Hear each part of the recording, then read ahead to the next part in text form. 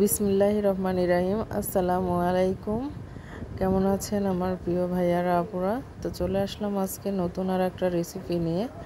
আজকে করে দেখাবো পাঙাশ মাছ ভুনার রেসিপি। যারা পাঙাশ মাছ একদমই খেতে পারেন না, আজকের রেসিপি তাদের জন্য। এভাবে একবার হলেও রান্না করে খেয়ে দেখবেন, অনেক মজা, তখন খেতে ইচ্ছা করবে।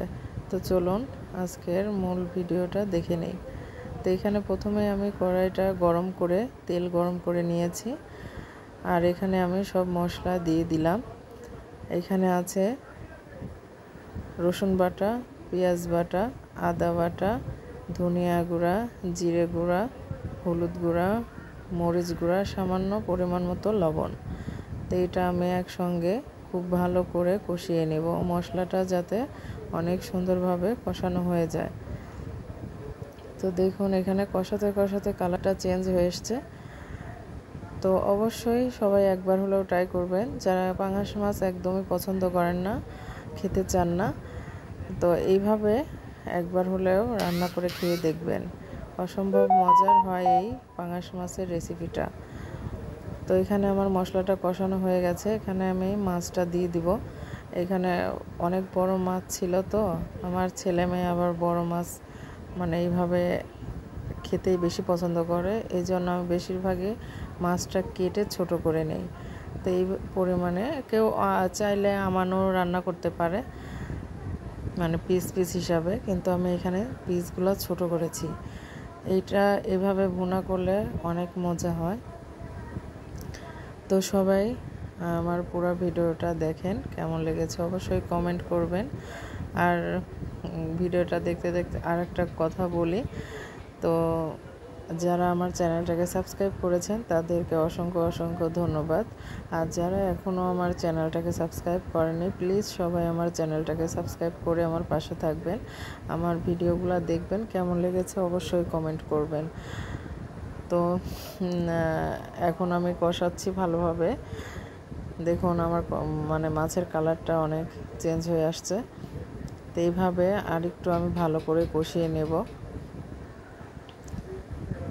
আর আমি অবশ্যই গরম পানি ব্যবহার করি, আমি পানিটা আগেই গরম করে রেখেছি। গরম পানিটা দিলে হয় কি, যে কাঁচা ভাবটা আসে না। ঠান্ডা পানি দিলে দেখা যায় যে জিনিসটা কাঁচা হয়ে যায়, ওইটা আবার ফুটাতে অনেক সময় লাগে, আর তরকারির স্বাদটাও অতটাই হয় না। এই জন্য সবসময় চেষ্টা করবেন গরম পানি ইউজ করতে, দেখবেন পানি দেওয়ার সঙ্গে সঙ্গে বলক উঠে যায়, আর সেদ্ধ মানে বেশি সময় আর রাখতে হয় না চুলায়। তো আমি পানিটাও গরম করে রেখেছি। তাই এখন আমি ভালো করে আরেকটু কষিয়ে নিব, তারপরে এটা ঝোলের পানি আমি অ্যাড করব। আমার অনেক আপুরাই কমেন্ট করেছে, অসংখ্য ধন্যবাদ যেসব আপুরা কমেন্ট করেছেন, অনেক সুন্দর সুন্দর কমেন্ট করেছেন, আমি খুব খুশি, মানে অনেক ভালো লেগেছে কমেন্টগুলা। তো এইভাবে সবাই কমেন্ট করবেন। তো এখানে আমি ঝোলের পানিটা পরিমাণ মতো অ্যাড করে দিচ্ছি, যেহেতু আমার অনেক সময় ধরে কষিয়েছি, মাছটা অলরেডি সেদ্ধ হয়ে গেছে। তো আর পরেও আর একটু পানি অ্যাড করব, যেহেতু এটা আমি ভুনা ভুনা করব।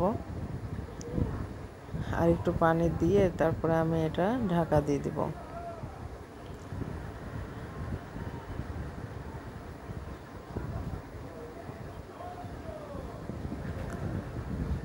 সবাই কমেন্ট করবেন কেমন লেগেছে। ভিডিওর কোথাও যদি কোনো রকম একটু ভুল ত্রুটি হয়ে থাকে অবশ্যই ক্ষমার দৃষ্টিতে দেখবেন। সবাই আমার ভিডিওটা ফুল ওয়াচ করবেন। তো এখানে পানিটাও ফুটে উঠেছে, দেখুন ঝোলটাও গাঢ় হয়ে এসছে।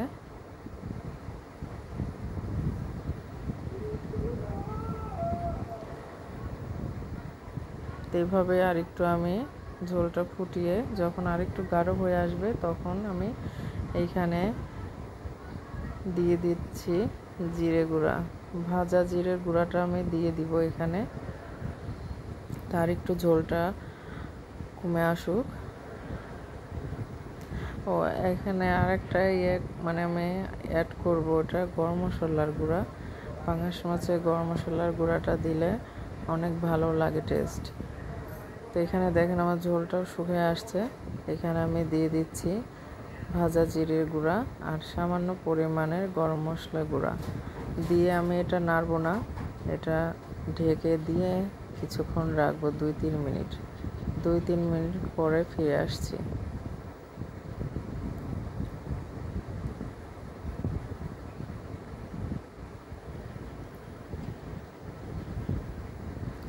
তো 2-3 মিনিট পরে ফিরে আসলাম, ঢাকনাটা তুলে নিচ্ছি। দেখেন কালারটা কত সুন্দর আসছে।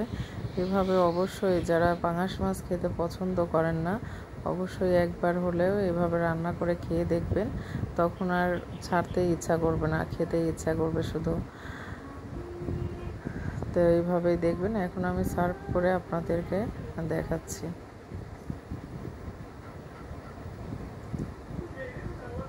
আর সবাই আমার সাথে এতক্ষণ থাকার জন্য অসংখ্য ধন্যবাদ। পুরো ভিডিওটা দেখেছেন তার জন্য সবাইকে অসংখ্য অসংখ্য ধন্যবাদ। এখন আমি এটা সার্ভ করে দিচ্ছি। দেখুন কত সুন্দর দেখা যাচ্ছে। তো এই তো আমি একটা সার্ভিং বলে বেড়ে নিচ্ছি।